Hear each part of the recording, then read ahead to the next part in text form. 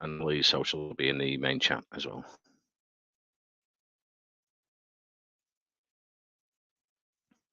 A warm welcome to the Wellcoin Talk community. I'm your host. Today we have joining us Cryptegrity, and here to speak about the project is Jonas. He's founder and CEO. Cryptegrity is a decentralized peer-to-peer escrow platform, and we'll be talking about the V1 Cryptegrity platform that's ready for launch and V2 Cryptegrity platform with future upgrades, and everything else about the project shortly. But first, can you introduce yourself with your background and experience, Jonas? Yeah, I'm Jonas, founder of Cryptegrity, also founder of GoCryptoMeet.io. That's if you want to research, our team's skill set and what we build, definitely go to GoCryptoMeet.io. It really shows off the quality of Web3 platforms we build. I think it really stands out amongst the competitors, not just in crowdfunding there, but anybody building in Web3. I started out in business probably about 9 years ago. An e-commerce company, which is kind of sick of my job, work for other people, and was not really getting anywhere in life, and took my last $500 of my name, started a business, and now that's a multi-million-dollar e-commerce company. Got into crypto probably 3-4 years ago. Initially just buying Bitcoin on Robinhood and places like that, which you don't really own it like that. And then a local, some people I knew locally, they had launched a token. And then through that, I had discovered Telegram. I'd never used Telegram, and discovered BSC and PancakeSwap and DeFi, and just fell in love with it, man. And I truly started believing it was the future once I understood it. And then as I started, delving into more and more projects, I realized that most of these devs in the space aren't strong in business, and they don't bring a strong business background. And I think that's a lot of the reason that crypto hasn't went mainstream yet. Is that just the quality of projects and platforms being built aren't on par with top Web2 competitors. So I feel like that I can bring my business skill sets here and really build some disruptive Web3 projects. So in GoCrypto, we aim to disrupt the crowdfunding industry with a fully decentralized crowdfunding platform. And then now here with Cryptegrity, we aim to disrupt the escrow. So with a fully decentralized escrow platform, main competitors we would see is escrow.com, PayPal, Venmo, Stripe, Square. I think that as we'll get into it later in the project, through our dispute mechanism and our revenue share model, I think that we have something very disruptive to Web2 platforms, and I think that we can compete. Jonas, you've written the white paper and you've got problems with escrow. Like I say, that was mentioned on the white paper. So bogus escrow scams, can we maybe go into that and how you're looking to mix it up and, just bring more transparency and openness and a great escrow to crypto? Yeah, so when I had started even when I initially got on TG, it's rampant with scammers. And they want to sell you something, they want you to pay them up front. And, in the real world, that's not how things work. If I hire a contractor to come to my house to do service, sometimes they don't want anything up front. If they do, they want like a third up front, a third halfway through, and a third when the job's complete. But for some reason in this space, people think they should be paid up front. It causes problems with, people being scammed a lot. When I launched my first project, I'm advising team, I've seen it with them. They have sent, people that claim to be marketers or developers money, and then they just delete their TG, or they render the services, but the services that they promised they didn't get what they received. They're subpar. In the real world, if you do business with somebody, if you're buying a watch or somebody on Facebook, you'll use that's escrow, right? Facebook kind of escrows it for you in a sense, or you do the transaction via PayPal and escrow, right? So PayPal holds the funds. Sometimes PayPal will release if the seller has quality, ratings and reviews, and PayPal releases it to them. But there's still escrowed funds behind the scenes, and if the seller doesn't follow through with the end of the bargain, then they'll take that money back from and return it to the seller. So we wanted to develop similar method in crypto, and there's a few crypto escrow platforms out there, but they're fully centralized. So the problem there is that you can have a lot of comminglings of funds where everybody that creates an escrow transaction, it goes into one wallet address. So if the owner goes bankrupt or does something sketchy, they can just run off with everybody's funds. So yeah, what we wanted to build was a fully decentralized escrow platform. So when you create an escrow transaction on Cryptegrity, and you can see our V1, we built a minimum viable product there, and we're working on our V2 with a much better user experience. But the big thing is the back end, the smart contract development is complete there, and we're really proud of it. Because when you create an escrow transaction on Cryptegrity, it creates an individual escrow contract that nobody has control of besides the buyer, the seller, and the Cryptegrity DAO. So not even Jonas can modify that, can intercept the funds. So it's truly there can be no fraud, right? There can be no commingling of funds, and you have this true transparency and peace of mind. You can see where your funds are on the blockchain at all times, are locked in there. So yeah, I think that as far as the platform, we have something very disruptive. A little later in the AMA, we'll go into our revenue share model and our dispute process, which I think is very disruptive to competitors such as PayPal, Venmo, Stripe. Awesome, Jonas. I'm just writing that down to bring up revenue share shortly. And Cryptegrity has zero access to users' funds and data deposited in escrow vaults. Can we go into that for investors? What was the question? I was reading on the white paper, Cryptegrity has zero access to users' funds and data deposited into your escrow vaults. Yeah, so if you're familiar with smart contracts, when a buyer and seller agree to an escrow transaction, we have a very simple user interface. So let's start with a lot of Web3 platforms out there right now. You pretty much have to have a basic understanding of smart contracts to use them. A lot of them even want you to go into BSC scan to make modifications to the contract. So we developed a really user-friendly front end where you don't need to understand smart contracts to use our interface. But what happens on the back end and via the blockchain is when you create an escrow transaction, an individual smart contract is created. This isn't some platforms, they'll do a smart contract where everybody on their platform is locking funds in it. We want to take it a step further. So our smart contracts, a new one is deployed for every escrow transaction, and only the buyer and the seller and the Cryptegrity DAO can interact with that contract. Not Jonas, not anyone on his team. We want to approach it in a very biased manner. So that way that if Jonas is having a bad day or somebody on his team's having a bad day, you don't have to worry about them going into your funds and removing them. We've made it where fraud or commingling of funds is impossible. So yeah, and then so we charge a 3% fee for the escrow transaction. So once the buyer and the seller they agree to the terms, the buyer locks the funds in the smart contract. The seller will send them a proof that the goods were received, usually by a tracking number, which later we plan to integrate with all the big carriers, UPS, things like that, where that would be automated. Or they say you buy marketing services or you buy graphics or something like that for somebody online, and then they will upload them to the Cryptegrity platform to show proof. You sign off if you're happy with what they've done for you, and if so, then the funds are released from the smart contract to the seller.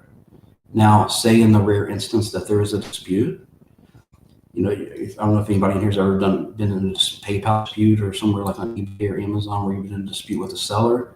But typically, when you file a dispute, it's automated where there's a bot that decides that, or just one person on the other side of the world decides that. So it's very biased and centralized, right? So we want to. So a lot of times, just if you look online, a lot of people are complaining about disputes where resolved unfairly and things like that. And so we wanted to truly just democratize the dispute process. So we've done that through creating Cryptegrity DAO. In this, if a buyer or seller creates a dispute, then the dispute moves to Cryptegrity DAO. And then all the escrow token holders, which is the native token of the Cryptegrity platform, vote on who wins the dispute. And there's a form on there where it's almost like a judge and jury. And then they decide the case, and then they'll release the funds back to the seller or buyer, depending on the outcome of that. In turn for doing that, they get a portion of the fees that we collect on the platform. So this is great because you see in some DAOs that exist right now, they're just minting new tokens or releasing new tokens into circulation to pay their DAO participants, to pay the people in their staking pools and their farms. or to buy back and burn, but this is non-dilutive and it always catches up to the project, and that's why most of these projects fail. But all of our rewards actually come from external revenue. So there's actually value consistently being put into the chart as the platform is used. So as the 3% we collect, we distribute a portion of that to the DAO for participation, for helping us to secure the platform through the dispute process. We distribute a portion of that to our staking pools and farms, and then we buy back and burn the escrow token with it as well. Like I said, this is totally non-dilutive like most projects, because that money is not coming from just minting additional tokens. It is coming from actual revenue of a product or service. I think we have a superior advantage to most token projects out there with this model. Jonas, and so the jury for the DAO, how does that work? Is it 10 people on the jury, and if it's split 50-50, what happens with the disputes? So it's actually the entire escrow community, so every token holder can participate, and your weight in the voting system is by how many escrow tokens that you hold. So if you hold 1% of the supply, then you have 1% of the vote. The beautiful thing about that from a token holder's perspective is that people are highly incentivized to gain more and more escrow tokens to have more weight in the votes, because when we pay out the rewards for participating in this dispute process and helping to secure the platform, that's weighted as well. So if you had 1% of the vote, then you get 1% of the rewards for helping settle that dispute. So people will theoretically keep buying more and more to get more and more rewards. And like I said, in some of these projects that are giving quote unquote rewards, they're just minting additional tokens, and so you're creating inflation, and they have to come from somewhere. So it's a zero-sum game, and in the long term the project just goes to zero. But with our rewards, we're not minting any token, we're not removing tokens from some locked wallet and putting in the circulating supply. The tokens that we reward actually come from revenue from the platform. Super interesting. I've not come across one before where the whole community votes with the DAO, over any disputes that come up. But for new investors that haven't used an escrow before, how does it work between two parties using the platform for goods and or services? Could we just give them an idea of how it works in escrow? Yeah, let's say that like you and I like you have a watch for sale, but I don't really know you, but I like the watch, and I found you on Facebook like that, and we set it up so either the buyer and the seller can initiate an escrow transaction. So you or I can go on Cryptegrity, and you can create a transaction. You would create it as the seller that you want to sell Jonas a watch, and I'll give you my wallet address, and you would put that in, and then I would hop on there, and I would either approve or deny to enter into the escrow transaction. If I approve, then I would, as the buyer, let's say you wanted to sell me the watch for 5,000 USD, then I would load up $5,000 worth of BUSD into the escrow smart contract, which you don't really need any smart contract experience to use our platform. You would just, it's a simple user interface, simple wallet connect feature. Also, we have blogs and educational centers, so there'll be lots of pop-ups if you're stuck along the way. So I think that's a big problem with most people that are building in Web3 right now, is that a lot of the devs are only building stuff that they can really understand. But if you really want mainstream adoption, you need the most simplified user experience, So we aim for lots of pop-ups, ease of navigation, and then lots of links to our blogs and tutorials to help you along the way. But we also think, just the base, user experience is very simple as well, and most people can understand it the way we've designed it. My early projects, I really struggled with finding somebody good in UX. Finally, we scoured the internet, and I found a guy who actually did a 6-month course at Google, and specifically end user experience. So they teach a lot there, like the placement of call to action buttons, and the design to really psychologically keep your users on the platform and keep them interacting. Because the biggest thing with running a business online is that your biggest cost you'll ever have is recruiting new people, recruiting new users. And so when you get them there, you obviously want to keep them there. So we really designed this to keep users engaged on the platform. And also we think that, with our blogs, people that mainstream that come in, it develops a lot of brand loyalty too, because when we become the place that they learned about crypto, and we made it easy for them when all the competitors, it's just extremely challenging, that they'll have lifelong loyalty to us, and we'll be a platform that they stick by and use.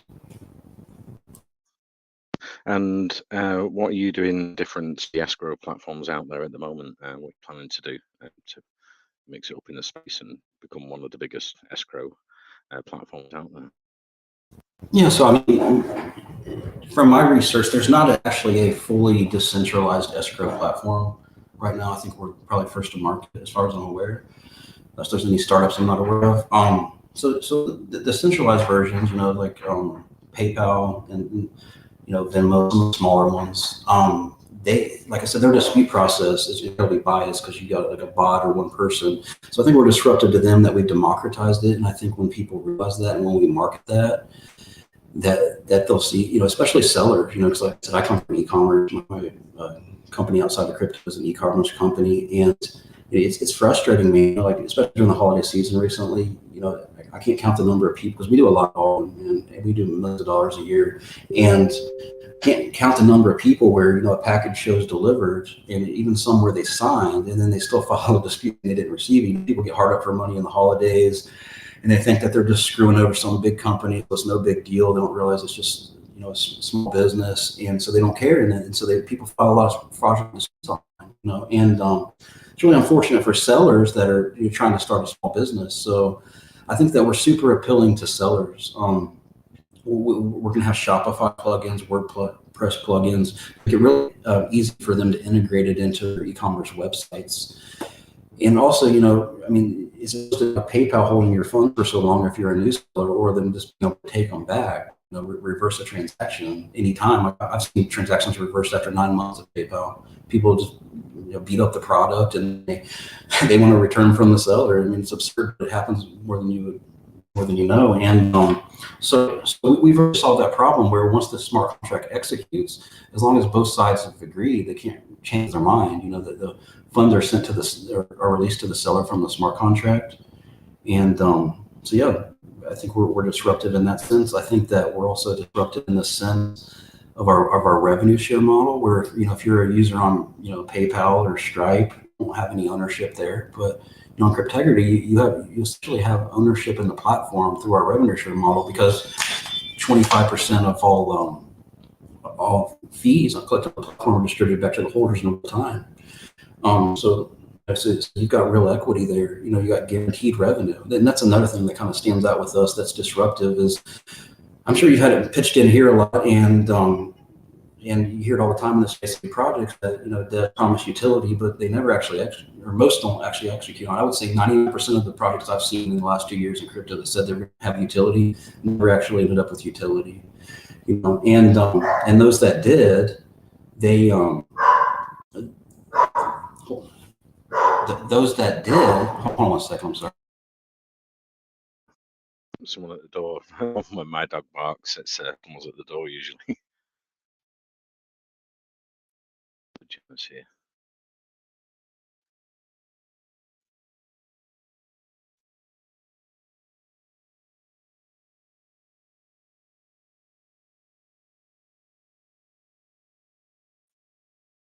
Be back in a second. Just wait for Jonas. The dog was barking, and yeah, I understand that when someone knocks at my door, the dog's always going nuts. Sorry about that. Somebody was at my door. Yeah. So but yeah, most projects don't actually execute on the utility, right? And then those that do, they promise profit share, but they blow a lot of profits, and the users don't end up seeing profits. Those just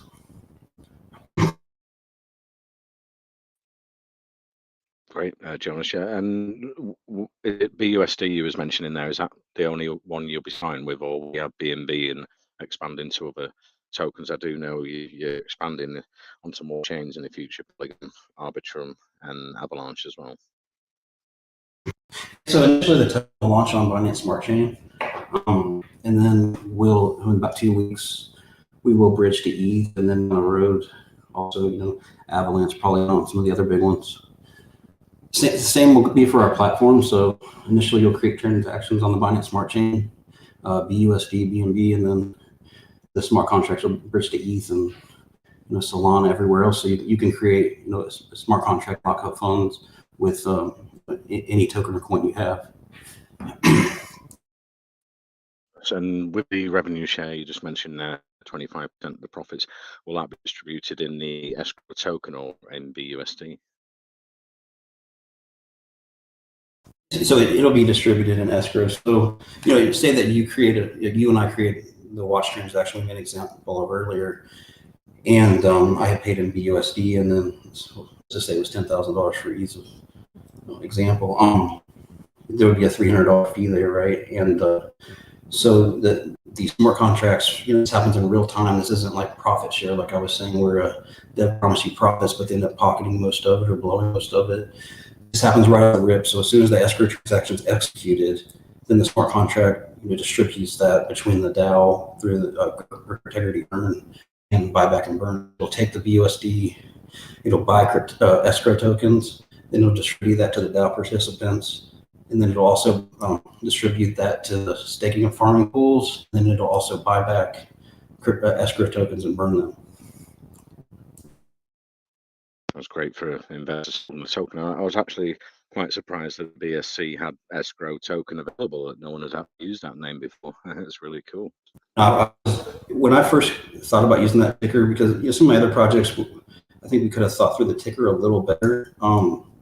Because especially on centralized exchanges, there's just a lot of people that buy just by the name. They don't even research the project, and so you're usually on them not by the name of your project, but by the name of your ticker is what they see. And so I think we got a really catchy, a catchy name there for people. But yeah, there's hardly any others out there. I think I saw one project that tried to do it but never came to fruition as far as using the escrow ticker. And once the V2 Cryptegrity platform future upgrades, so you're going to have NFTs, source code, domain names, and gambling agreements as well. What's the sort of breakdown of the types of escrow offered? I know that was on the white paper, so maybe we can go into some details there. Yeah, that'll vary depending on the service. Also, to thrive in the business world, you don't just want individuals using your platform, but you want businesses using it as well. In my business now, we do, in my traditional, out of crypto business, we do a ton of business to business transactions with other businesses, and that's become most of our revenue. And so we aim to do the same in Cryptegrity. So we aim to build Shopify and WordPress plugins, other plugins for some of the top website creation platforms. So yeah, we probably offer maybe if you're a high volume website, we might offer you 2% fees or along those lines. But no matter what, our smart contracts are built where escrow holders still get 25% of that in real time via the revenue share model. Okay, I see, Jonas. And I'm trying to remember what I was going to say. All your contracts are audited by Certic, so is that going to be the escrow vaults and the escrow? Not just yet. So right now, our contracts are audited by TechRate.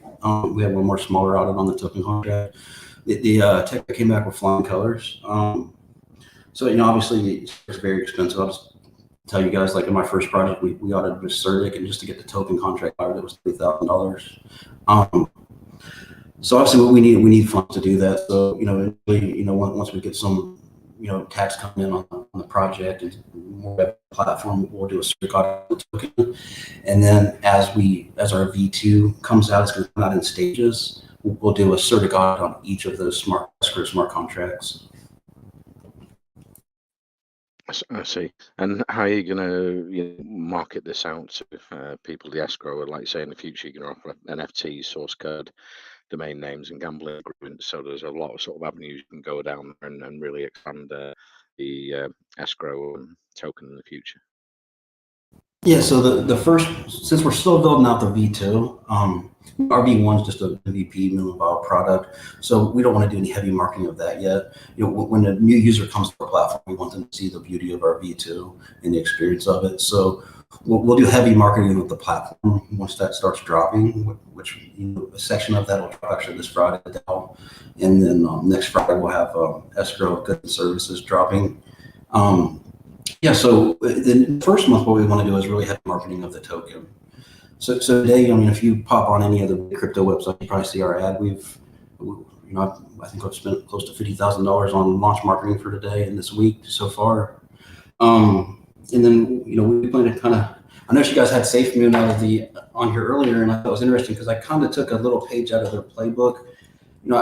Some of the top projects, some of the top tokens I've researched a lot, some kind of marketing they did early on, and I attribute a lot of SafeMoon's success to their willingness to do lots and lots of AMAs.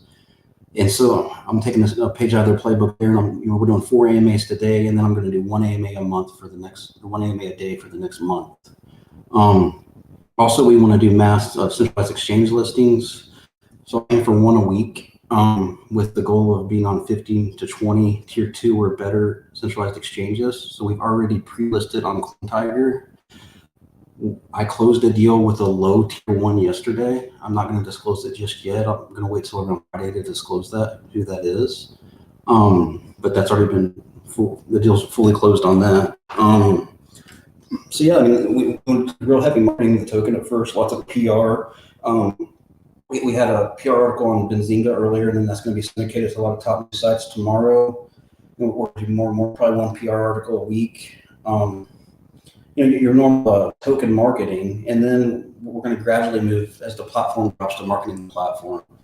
And so there'll be a lot of social media ads. We're going to bring in some top marketing firms to help us with that, and a lot of niche marketing because we have multiple types of escrow on the platform. So we might be marketing the goods and services side of the escrow more to people that own e-commerce websites and things like that, and then down the road, when we have like wagers, peer-to-peer wagers and things like that, that might be more people that, they're hanging out on gambling sites and places like that.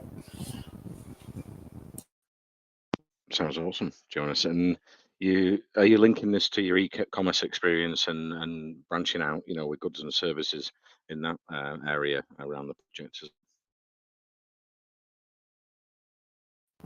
What was the question? Yeah, are you linking this, with your experience and background with e-commerce for goods and services, and be offering that on different platforms? The escrow service through e-commerce. Yeah, I think I bring a lot of experience there. Most of my company's revenue come from PayPal, as far as the payment provider, PayPal, Stripe, Square, Amazon Pay, Google Pay, places like that. So I've dealt with these companies. I see what works well with them, what I think could be improved. And what's funny is, and it's actually a beautiful thing for people that are in crypto right now, is a lot of these companies don't even see how disruptive Web3 is going to be. They're kind of stuck in the dinosaur era. So if mainstream adoption had already came, then a lot of these Fortune 500 companies just have so many developers on salary, and marketing whole floors of marketing people on salary. And once mainstream comes, these companies are really going to disrupt. So the only way to really win, if you're a smaller project, is first to market. So we're first to market here. We're real excited about that. I think we can get our name out there before PayPal and some of these other companies even realize we're coming and Web3 is coming, and because eventually mainstream is going to realize how much better this is, because the problem, they speak about the problem every day on Twitter or wherever, they're complaining about the governance about the bias of the executives and managing the platform, and the DAO really solved that, where the holders, the users of the platform, can have a say in decision making. And I think once the world realizes that, I think that your top platform in every industry, whether it be escrow, crowdfunding, or any other industry that's tech, is going to be fully Web3, fully decentralized. And so, like I said, I'm really excited about being first to market in escrow for this. I see, Jonas. And how does the staking and farming work for investors? What's the sort of APR, APY, and is locked, unlocked staking? Can we go into details there? Yes. The good thing about our, like I mentioned earlier, our staking pools and our farms is that, so in most projects that have this, let's just use Cake for an example. In most projects that have this, like Cake mints 40 Cake a day, and I think that they've told me they're burning like half of them now, but still there's a mint, right? And or in a lot of projects that have staking and farms, they have a bunch of tokens in a locker, and then they're releasing some of them into circulation. So there's actually no value added to the chart, right? They're just diluting the holders every day with these rewards. So it always catches up, and that's why you see, it's like if you pull, 100 projects from a year ago, I bet you well over 90 of them are back to launch price or lower. and it's just because, they're so dilutive along the way and they don't have to ever create any value for their holders. So what's beautiful about the way we've done this model is that, the rewards come from actual revenue from the platform. We're not just deploying, tokens from a locked wallet into circulation to give to rewards, or a mint function, our contract has no mint functionality. But what we're distributing comes from external value of people using our platform. So it's totally non-dilutive and it's totally sustainable. So the APYs on our platform isn't just like some flat APY where a project promises you something crazy like 508% APY, but you're locked in this pool, and you're getting 500% APY in tokens, but the value of the tokens is just plummeting because people are selling all the rewards every day, Whereas here, the tokens were bought right before they were put into this variable APY staking pool. So even if people sell the rewards, the chart doesn't tank like you would see in other projects. Just 100% sustainable the way we've modeled this. Awesome, Jonas. And you mentioned buyback and burns earlier on. So are some of the profits going back into buyback burns on the escrow token? Yeah, and that's the thing that we're big on here, not profits, but revenue share. Because like I said, devs that promise profit share, a lot of times, they're out there buying Ferraris and taking lavish vacations, and the holders don't end up with any of the profits. So we do revenue share here. So that's right off the rip. As soon as that escrow smart contract executes, then smart contract distributes that 25% of that to our holders in real time. But so a portion of the 25%, the share goes to DAO participation rewards. A portion goes to staking and farms, and then a portion goes to immediate buyback and burn. So that that's constant buy pressure on the chart, and then that buying pressure increases the more and more as our platform is used. 100% sustainable model versus I think probably 99% or more projects out there are totally unsustainable. Jonas, it's like a full circle there where the profits feed the staking and farming pools, and some goes to investors. And you said 25% for investors. What's the sort of breakdown? The other 75% is some for marketing, some for the staking and farming pools, and lawyers want us to put a minimum, so we guarantee a minimum of 25%. But I see a lot of our wells from go to me, and they'll tell you I'm not a greedy person. Like, I took the majority of the tax and I bought back with it, and I've not put anything in that project into my own pocket. I refuse to sell my holders or take anything until we actually execute on the utility. We have high use of our platform. So anyway, 25% is just the minimum. So our smart contract never share less than 25%. And obviously, in an infant platform, you need to do a lot of marketing, and we need a lot of development at the beginning. So we need more for operations and marketing. But as we grow, and development is fully complete, and we're not having to pay developers for anything but minor updates and maintenance, then our overhead goes down, and we can revenue share more. So I intend more down the road than 25%, but we just list 25% as the lowest possible minimum.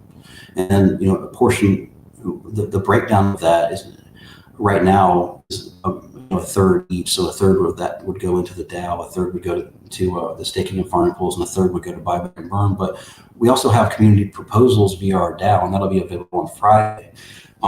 So the community, somebody in the community that's a token holder can open up a proposal, and the community could vote for different proportions of that, whatever that they see fit. They'd rather see, more go to buy and burn and less to the staking pools, or vice versa. They can vote for that, and if it's a majority vote, then that's what we'll do.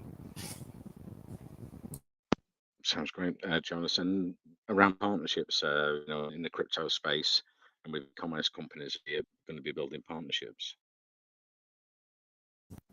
So my goal is, once the platform is complete, to build a strong sales team, and like I said, try really the B2B model, business to business, and have them out there daily trying to partner up with some of the top websites as far as integrating our plugins and our APIs into their website, where their users can easily use Cryptegrity to pay for the product or service they offer. So that's the biggest as far as partners. Like I said, the first month here, and then we're going to focus on crypto partnerships as far as for our token holders. But then after that, more of the marketing kind of goes towards marketing the platform, which indirectly helps the token holders through our revenue share model. Jonas, and you've got the V1 Cryptegrity platform and V2 Cryptegrity platform for the future. Is that being built in-house, or is some of it being outsourced? And it's all, so I have a full dev team on salary. If you want a taste of what type of quality of work they do, everybody please go to gocryptegrity.io. I'm really proud to show that off. So we're using the same UX designer and the same developers from that on Cryptegrity. I think that we have something that has a much better user interface than most Web3 platforms out there, and is much easier to use. So, I'm really proud to show off Go Crypto Me, even though this AMA is not about that.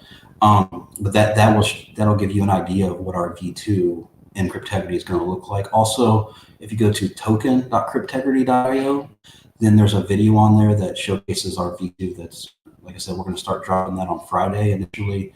It'll be the DAO. Then the following Friday, we'll have V2 for escrow of goods and services. And after that, we'll have escrow for NFTs. And we still got to do a lot of the legal work as far as the escrow for peer-to-peer wagers. So that'll be the last of the features to drop.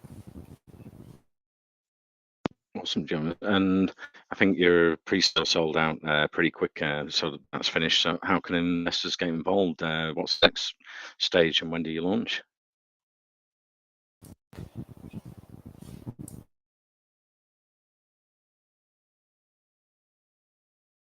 Yeah, Jonas.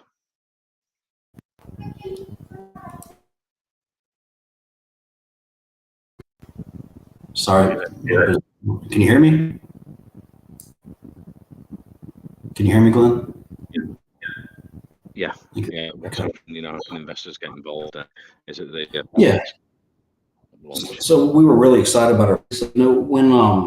When I had researched a lot of pre-sales, on recent pre-sales on Inkcell, on DX, and on Gympad, and over 99% aren't meeting soft cap and they're failing.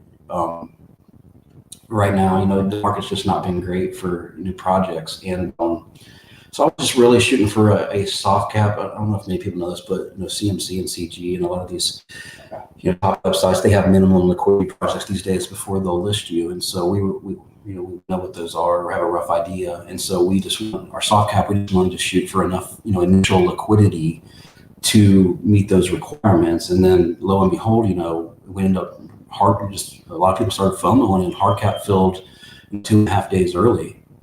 So we were really excited about that. The coolest part about that though is that the few pre-sales that are filling right now, they're doing a ton of pre-sale marketing. And then if you watch their chart after launch, it tends to dip below launch price, and a lot of them aren't even recovering because you can only market on the same websites and the same platform so many times before you've reached all available buyers. And so if you try to blow your whole load on pre-launch marketing, then you try to do launch marketing, then just the buyers aren't there. They've all bought a pre-sale. So the beautiful thing about this is that we haven't done any launch marketing. We did a call with you guys, and then we did a call with the smaller call channel. Other than that, zero launch marketing. So we expect a lot of buying pressure tonight. But we're going to launch at 8 p.m. Eastern time tonight, which is 1 a.m. UTC. We're going to do a launch party. It'll run a couple hours. We'll do a mini AMA in there, and sometime during that AMA or during the Q&A session, I'll randomly put it live. We had a lot of success with that method in Go Crypto Me. Go Crypto Me, we didn't notice any sniper bots on launch, and we attribute a lot of that to starting with a high market cap around 500K. People that run these sniper bots like to start with low market caps. And so we're starting out with a similar market cap in Cryptegrity. And also, people running these sniper bots, they like really thin liquidity. So we're starting out with, our liquidity is pretty thick because we were pretty generous with how we ran the pre-sale, and we did 80% of the B2B to initial liquidity. Where if you look, a lot of these products, they're doing like 51%, 60, 70%. So we should have really thick liquidity. We're going to randomly launch it during that AMA or during the Q&A session, just to kind of further eliminate any risk of sniper bots. But we're going to be launching between 8 and 9 p.m. Eastern time tonight, and 1 to 2 a.m. UTC tonight. on PancakeSwap and go ahead and hop in our Telegram to follow that launch. Awesome, Jonas. 1 to 2 a.m. UTC, I'm UTC. So if I'm still up, I might definitely purchase some. That's not financial advice, obviously. That's me listening in. I think you're building something really special in the space, and in a bear market, you're excited and happy to sort of build this and for the future in the bull market. Everything around the escrow could be super successful for you. So to you, Joss. But let's open the floor, community questions. Let's see, Syed, go ahead. Yeah, thank you, Glenn. I have a few questions. So, I have read on your white paper that either party, buyer or seller, can create the initial agreement and the clarity terms and the input wallet address of the proposed counterparty. I was wondering how will buyers or the sellers be able to create initial agreement or clarity terms? I mean, will there be any pro forma that both the parties have to fill out, and how will the buyers and the sellers be able to communicate to clarify the terms or to renegotiate? Yeah, good question.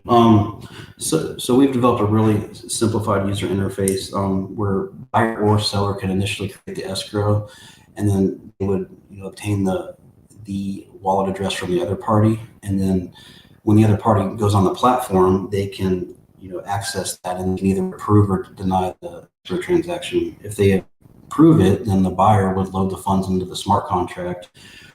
We have an upload feature and also milestones. So let's say that you wanted to pay somebody in force, 25% each milestone, and you created 4 milestones. The buyer and seller can be really specific as to what they expect each milestone, and it's a good idea to be specific because that way, if there is a dispute, then the DAO knows, if actually the seller performed or not based on the requirements that the buyer desired. But say that there is a dispute, it's really simple. Well, first, there's a chat feature so they can try to work it out themselves and communicate. And if either party is unhappy, then they would just press the dispute button and they would confirm. And then they would type up their case. And then the other party would have so much time to type up their side of the case. And then it would move to the DAO for the DAO to vote on who would win the dispute. Understood. Understood. Okay, moving to my next question. So I was wondering what minimum amount of token one need to hold or stake to become a Cryptegrity DAO member to resolve any disputes. There's no minimal. The, so if you have one token, then you have 1/100 millionth of the vote. And if you have 1% of the supply, then you have 1% of the votes. It's another reason we wanted to launch at a high market cap because that it would be really challenging for anybody to game the system when we launched at a 500K market cap because it would cost them an absorbent sum of money to get a majority vote. But so because theoretically, if somebody had a 51% of the supply, they can manipulate the dispute process. So by starting out, at a higher supply, we eliminate the risk of that happening, or a higher price per token. Got it. Got it. Okay, I was also thinking that will there be any reputation or rating system for DAO members, buyers, and seller or service providers to maybe incentivize all the stakeholders to be responsible and make the right decisions? We say like ratings for each DAO participant. Yes, rating or any reputation for the DAO members as well as for buyers and the sellers. I don't think we really need it for the DAO members because, like I said, they're just voting based on the amount of tokens they have, and then the rewards they get for DAO participation are weighted by how much weight they had in that vote. So if they had 1% of the vote, and then they get 1% of the rewards from helping to settle that dispute. I don't think that you really need ratings there for the DAO members because even if you had a high rating, you still have the same weight in the vote based on how many tokens you hold. We really kind of structured that so it incentivizes people to purchase more and more escrow to have more in the votes to get more rewards. But yeah, we do plan to have ratings for buyers and sellers on the platform that are linked to their wallet address. So when they create a escrow transaction with their wallet, then it would show their rating to the counterpart. Yeah, yeah, it makes sense. Okay, I was thinking that in order to prevent Sybil attack and develop resistance against the Sybil attack, will you be carrying out identity verification or KYC of all the DAO members to prevent a single users from being able to create a multiple account on his or her name to participate in the arbitration service? Yes, I'm big on full decentralization and not centralizing my platform in any way. Obviously, in certain countries, we're going to have some KYC features depending on the laws. But I would really like to minimize that because when you start, there's a lot of platforms that are out there that are making it very challenging for people to create transactions on their platform through just too difficult KYC requirements and such. And so these platforms have very low volume and very low use. Like when I'll just give an example, like when eBay really blew up for selling goods, it was because it was so simple to create an eBay account and anybody could start selling on there instantly. So we aim to kind of follow that same idea in ours where, you don't need to have a full KYC to create a transaction. Now, we will probably in the future have where you can KYC with a third party and get a badge, which would potentially make the counterparty more comfortable, but it's not going to be a requirement to create a transaction on the platform because our goal is high volume on the platform. Got it, got it. Okay. I also want to know that will buyers or sellers be able to appeal after the DAO members have made their decision when they are dissatisfied by the DAO decision to have dispute decided again? And will you also going to have your own dispute analyst maybe to review the decision of the DAO? Like I don't want to like I believe in full decentralization. So I've designed this where I can't implement any bias, my team can't implement any bias. The DAO has the final say here. Um, and we believe that the tokens become more and more obviously, in the early project you're going to have a lot of whales, but as time goes on, then there's more distribution of tokens. So I think that lowers the risk of your concern there. But yeah, like we said, the ideas that you're kind of coming with, like they're very centralized in a sense, and I'm a big believer in fully decentralized platforms. So we won't be implementing anything that implements centralization into our platform. We believe that the platform should be fully DAO controlled. Okay, got it. Okay, final question. You mentioned that all holders will be able to vote on resolving any dispute. So I was wondering what total minimum amount of votes or decision has to be casted by the community to come to any conclusion regarding dispute.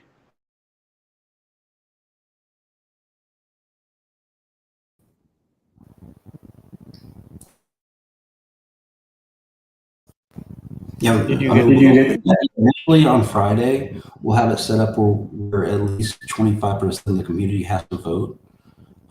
But obviously that can change over time. And if somebody wanted to create a proposal where, it was running into problems where people don't really want to create transactions, because they don't feel this the dispute process is secure enough, our DAO does have a proposal feature where anybody in the community can create a proposal, and we're willing to change those numbers and those minimum requirements based on a majority community vote.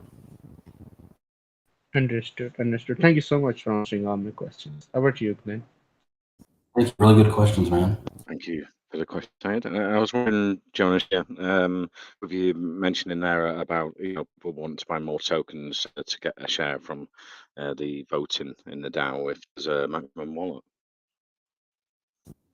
That's another thing I'm really big on is that I think a lot of new tokens they try to implement. I'm a big free market believer, man, and I don't believe in any type of ideas like that. So there is no max transaction. Our max transaction is set at the total supply of the project, and all my projects are that way. And any project I create in the future would always be that way.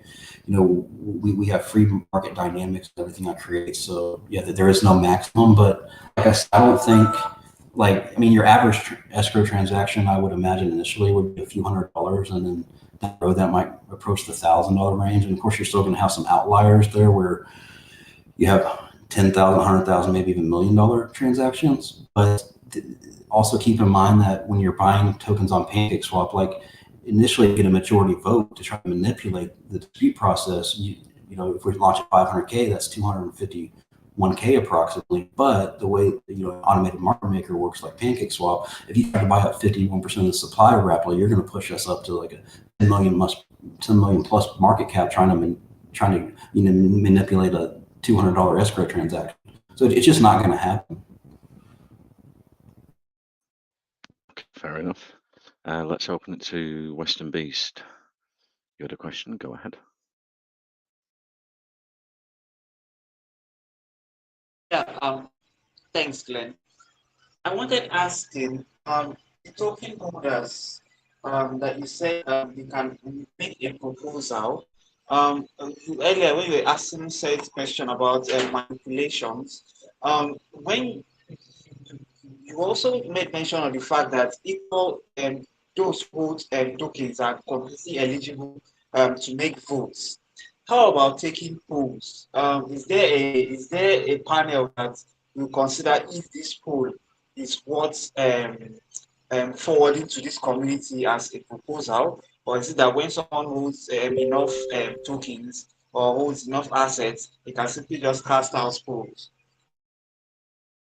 I can understand. Do you understand what he's asking, Glenn?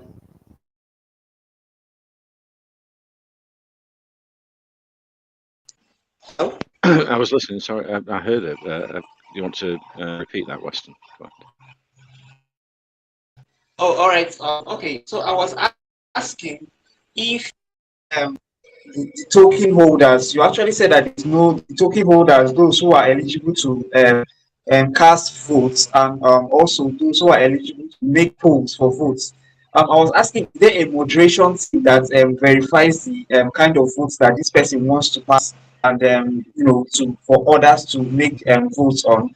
Do you have a moderation team in place? And is there a requirement to be able to be part of that moderation team? Yeah, so anybody that, even if you hold one escrow token, you can create a proposal. We've structured the proposal feature similar. If you go on PancakeSwap to their DAO, to their voting system, we've structured it that way where, anybody, there's core proposals and then there's community proposals. So, the core would just me and other people on our team can create a proposal, but also anybody in the community can create a proposal that they would like to see implemented on the platform. If it's something wild, like, hey, Jonas, we want you to close up shop tomorrow, and all the holders went crazy and voted 51%, I'm not doing that, right? But if the holders come with good proposals, such as like, hey, we think too much is going to buy back and burn of the revenue and not enough to Cryptegrity earn or Cryptegrity DAO, we want to change the proportions, and the community votes for a majority, then we would go ahead and implement that. But yeah, there's going to be two tabs on our DAO. One is for disputes, and that's for all current disputes. And then there's going to be a proposals tab, which has two sub tabs, which is core proposals and community proposals. So we're not going to moderate. Like I said, this is fully decentralized. We don't implement any centralization of this platform. So we're not going to moderate who can vote and who can't vote. As long as you hold escrow tokens, you have a vote, and your vote is proportional to the percent of tokens in that vote. So if holders, totaling 1 million tokens, are in the proposal, and then you have 1% of them, then you have 1% of the weight in that vote.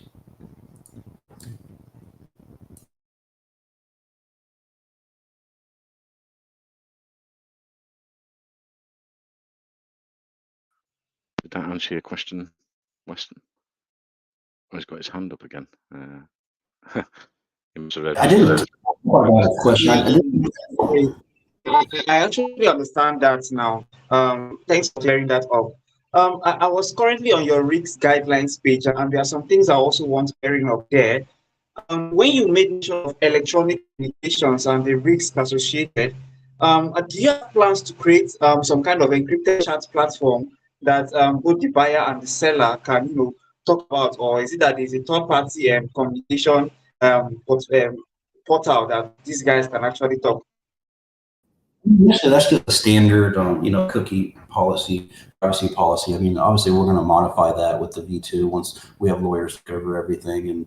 But any chats between buyer and seller, yes, are fully encrypted on the V2 platform. All right. My final question. I have tried, checking out your app. I did check out your app. I saw that both the buyers and the sellers can actually, create milestones. Um, when I want to make a request, is the seller going to, am I using my own milestones, or am I going to be using the person I am selling to his milestones? And for example, if I have a service, am I going to create the milestones myself, or am I working with the milestones of the service provider? So initially, you'll create if it's just two individuals creating an escrow transaction, then either the buyer or the seller can create the milestones.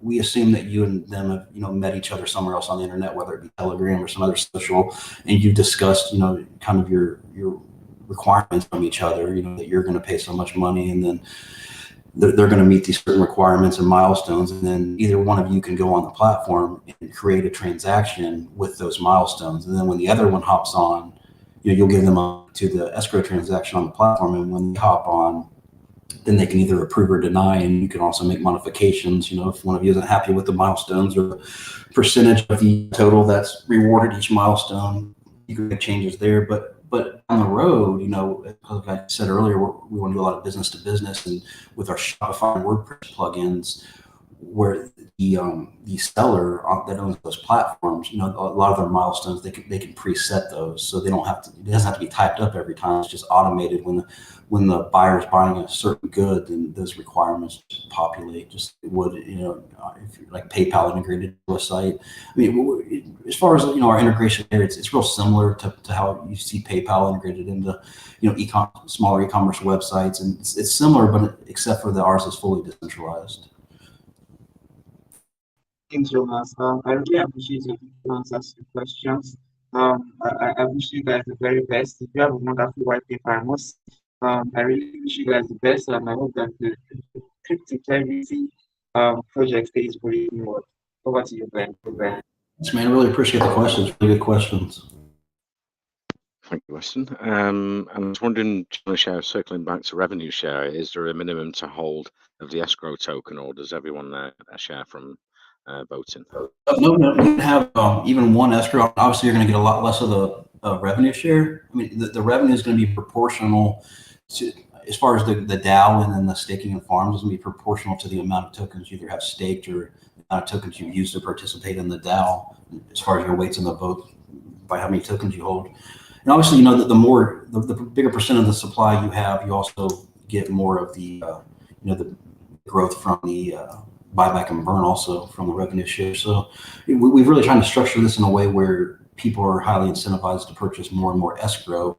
They're basically getting a piece of a business in return, versus just, I think it's superior to how most people are running projects where you're just hoping for more and more new investors, and then you run out of all available investors and the project just tanks. Where Cryptegrity, as the platform's used, not a single new investor could come along, and still there's constant growth in the chart because of the revenue share model, constantly buying back tokens and burning them.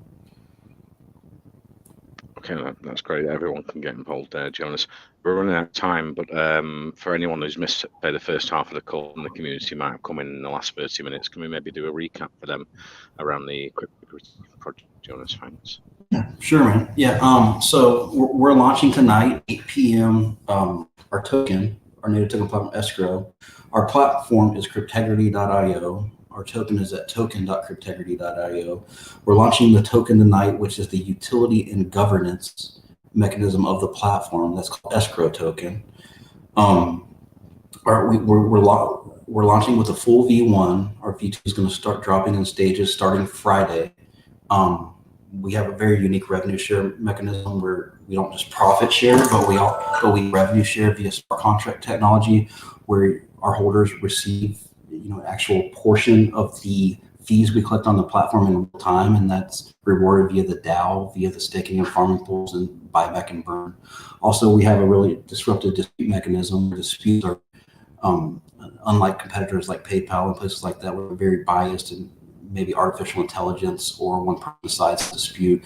They're democratized here where the whole community decides the dispute, and then they earn a portion of that revenue for doing so. So our revenue, our token holders, in a sense, become part of the company as well, where they help to secure the platform. But yeah, we're launching at 8 p.m.